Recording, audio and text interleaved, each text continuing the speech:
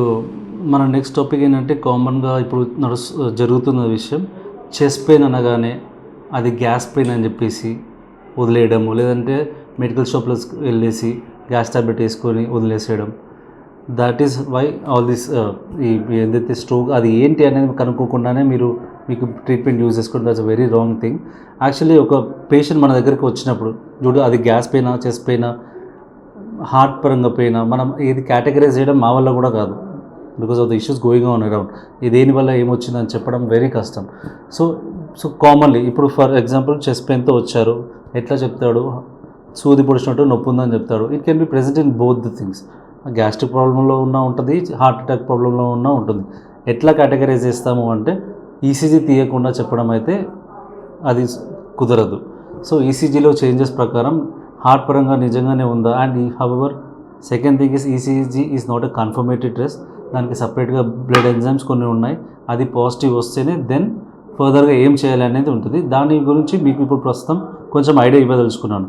First thing, ఒకవేళ gastric issue అనుకుంటే first మీరు థింగ్ ఇస్ టైంకి తినకపోవడం వల్ల, మీరు ఏం ఫుడ్ అయినా టైంకి తినకపోవడం వల్ల, ఉప్పు కారాలు ఎక్కువ తినడం వల్ల, పులుపు వస్తువులు ఎక్కువ తినడం వల్ల, ఫైబర్ డైట్ తీసుకోకపోవడం వల్ల, fibre diet in the sense ఆకుకూరలు ఎక్కువ తినకపోవడం వల్ల, అండ్ ఈ నాన్ వెజ్ ఐటమ్స్ ఎక్కువ తినడం వల్ల indigestion problems, gastric irritations, bloating అంటే కడుపులో గాలి నిండి ఉండడం.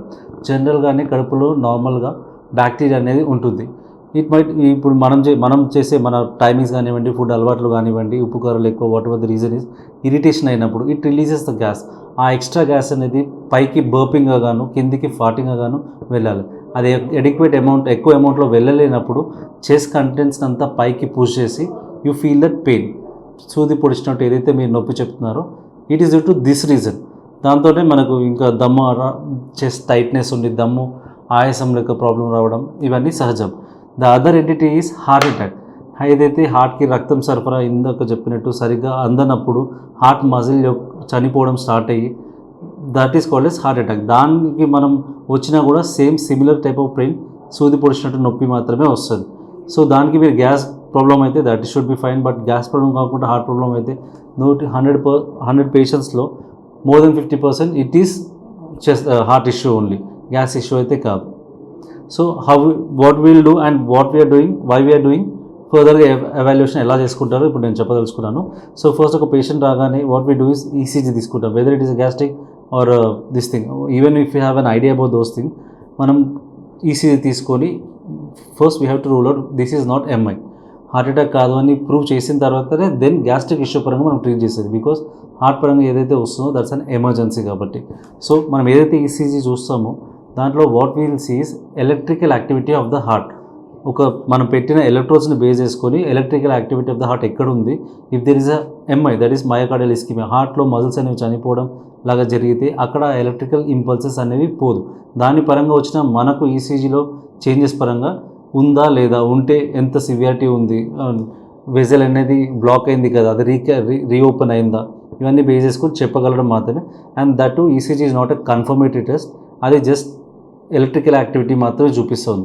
Next what will go is trop I అనేది first we have a lot of enzymes, myoglobin కానీ ట్రోపై, ట్రోప్ టీ, ట్రోప్ సి అని చెప్పేసి సికేఎంబి ఇలా చాలా ఉన్నాయి. ఆల్ దీస్ ఎంజైమ్స్ అనేవి మనకు హార్ట్ పరంగా ప్రాబ్లం ఉన్నప్పుడు రిలీజ్ అయ్యే ఎంజైమ్స్.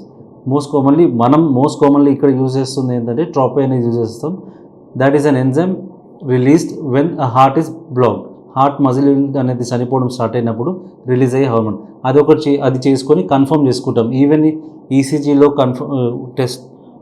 ఈసీజీలో చేంజెస్ ఉన్నా లేకపోయినా ట్రోపై చేసుకొని you have to confirm that, then only we can confirmly say that it is not an MI, it is due to some gastric related changes. Then ఫర్దర్గా if trop I positive వచ్చింది, లేదా ఈ further diagnosis మనకు కావాలి అనుకున్నప్పుడు, if you are doctor పరంగా more towards heart పరంగా ఉందనుకోండి, then 2D-ECHO is a must. Then fasting lipid profile ఇవన్నీ రొటీన్లో చేయించుకోవాలా. అండ్ టీఎంటీ, థ్రెడ్మిల్ టెస్ట్ అక్కడ అసలు ఏం చేస్తున్నాం. ఇందాక మీకు చెప్పినట్టు ఈసీజీ ఈజ్ ఎలక్ట్రికల్ యాక్టివిటీ మనం చూస్తున్నామని చెప్పాను. ట్రోపై అనేది ఒక ఎంజైమ్, ఒక హార్ట్ అటాక్ వచ్చినప్పుడు రిలీజ్ అయ్యే హార్మోన్ అని చెప్పాను. నెక్స్ట్ 2D-ECHO మనకు స్ట్రక్చరల్గా హార్ట్ పంపింగ్ ఎలా ఉంది, ఇఫ్ దెర్ ఇస్ నిజంగా నేను చెప్పినట్టు ఎంఐ హార్ట్ అటాక్ అనేది ఏమైనా ఉంటే మజిల్ డెత్ అనేది అయితే అది మీకు మజిల్ చనిపోయినప్పుడు ఆ పంపింగ్ అనేది చేయదు. సో మీకు ఆ పంపింగ్ ఎఫెక్ట్ మీద పడుతుంది. That we can see in the 2D echo. Next thing is TMT, treadmill టెస్టింగ్లో మనం ఏం చేస్తున్నామంటే పేషెంట్ని స్ట్రెస్లో మనం పెడుతున్నాం. సో ఇప్పుడు నార్మల్గా ఉన్నప్పుడు కన్నా మీరు ఎప్పుడైతే stress in the sense stressed out అవ్వనివ్వండి, లేకపోతే వాకింగ్ అనివ్వండి, జాగింగ్ అనివ్వండి, అలా పెట్టినప్పుడు మీకు వెజల్స్కి కానీ ఒక బ్రెయిన్ ఒక ఆర్గన్కి కానీ బ్లడ్ సప్లై అనేది పెరగాలి. సో పెరిగినప్పుడు ఆటోమేటిక్గా మీ హార్ట్ బీట్ అనేది పెరగాలి. So for example if there is a clot in the vessel, మీకు బ్లడ్ ఫ్లో అయితే అంతే ఉంది కానీ మీకు డిమాండ్ అనేది పెరిగింది, సో సప్లై లేదు. సో ఎప్పుడైతే మనం స్ట్రెస్లో పెడుతున్నాం, ఫర్ ఎగ్జాంపుల్ ట్రెడ్మిల్ టెస్టింగ్లో మనం జాగింగ్ కానీ వాకింగ్ కానీ జాగింగ్ చేపిస్తూ ఉంటాం, మనం పేషెంట్ని స్ట్రెస్లో పెడతాం, ఆటోమేటిక్గా హార్ట్ బ్లడ్ ఫ్లో అనేది పెరగాల. బికాస్ ఆఫ్ దిస్ బ్లాక్స్ ఉన్న పేషెంట్కి బ్లడ్ ఫ్లో పెరగదు. It shows some changes in the ECG. That is how we can say in future your at risk based on this treadmill testing. And the absolute test ఏదైతే మనకు డెఫినెట్గా లేదు అని చెప్పేది మాత్రం కొరోనరీ యాంజియోగ్రఫీ మాత్రమే. అక్కడ మనకు వెజల్స్ ఎంత బ్లాకేజెస్ ఉన్నాయా, ఉంటే ఎంత శాతం ఉంది, దాని పరంగా ట్రీట్మెంట్ అనేది ఫర్దర్గా వెళ్తుంది. If you have a doubt that it is due to heart అనుకుంటే ఈ టెస్ట్లన్నీ చేయకుండా కన్ఫర్మ్ చేయడం అయితే కుదరదు. బట్ ఇనిషియల్ స్టేజెస్లో ECG and trop are enough to say that he is not in MI. But further evaluation కోసం మాత్రం డెఫినెట్గా మనం ఫర్దర్ టెస్టింగ్ చేసుకోవాలి. So if it is a gastric issue, simple injections కానీ సిరప్స్ కానీ టాబ్లెట్స్ ఉన్నాయి and ఎట్లాగూ మీకే తెలుసు వెళ్ళి ప్యాన్ అలాంటివి వేసుకుంటున్నారు. So that should be fine. అది ఇక్కడైనా ఇచ్చేది అదే, but confirmation whether this or that అనేది మీరు కూడా కన్ఫర్మ్ చేయలేరు. ఒక్కోసారి మా వల్ల కూడా కన్ఫర్మేషన్ కుదరదు అంత ఈజీగా.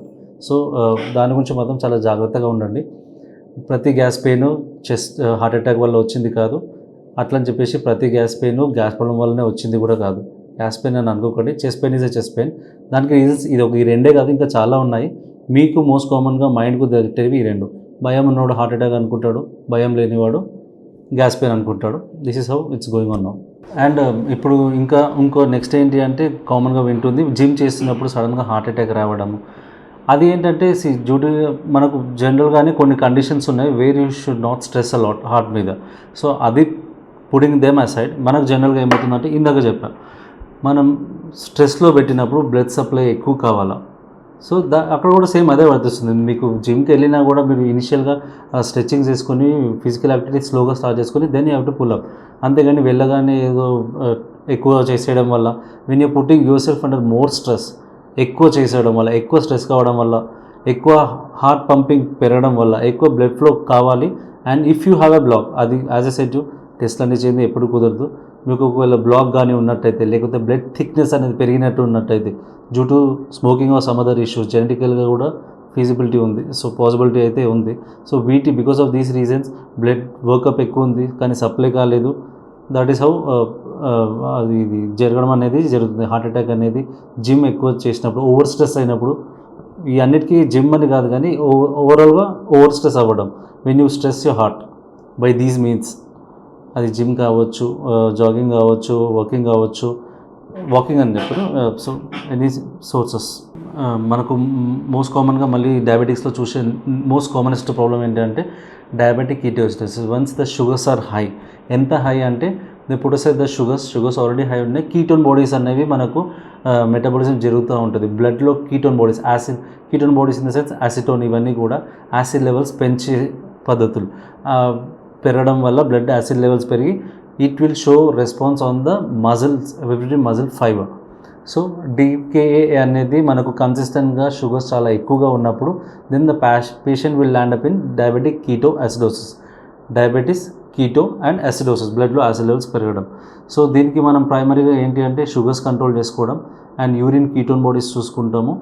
కీటోన్ బాడీస్ అనేది మనకు బ్లడ్ షుగర్ లెవెల్స్ ఎంత హై ఉన్నాయంటే కీటోన్ బాడీస్ ఫార్మేషన్ అనేది జరుగుతుంది. సో వీ హ్యావ్ టు ఆ బ్లడ్లో కీటోన్ బాడీస్ అనేది నెగిటివ్ వచ్చేంత వరకు మనం ఇక్కడ సైడ్ ఇన్సులిన్ని, ఇక్కడ సైడ్ షుగర్స్ని పెట్టుకుంటూ మనం కంట్రోల్ చేసుకోవాలా. అండ్ ఏదైతే యాసిడోసిస్ అని చెప్తున్నానో, not the stomach acidity and all, బ్లడ్లో యాసిడ్ లెవెల్స్ పెరిగినప్పుడు it will effect every muscle fibre. అంటే ప్రతి కండ కూడా ఈ హై షుగర్స్కి గురై యాసిడ్ లెవెల్స్ పెరగడం వల్ల వీక్ అయిపోతాయి.